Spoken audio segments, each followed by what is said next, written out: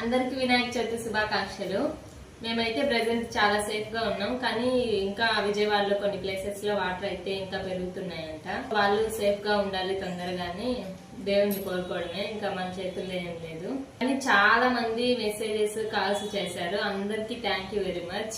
Festival కూడా చేసుకున్నాము, బాగున్నాము.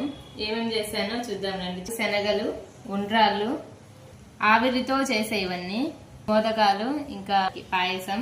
వీటి లోపల స్టఫింగ్ కి డ్రై నట్స్ తోటి చేశాను.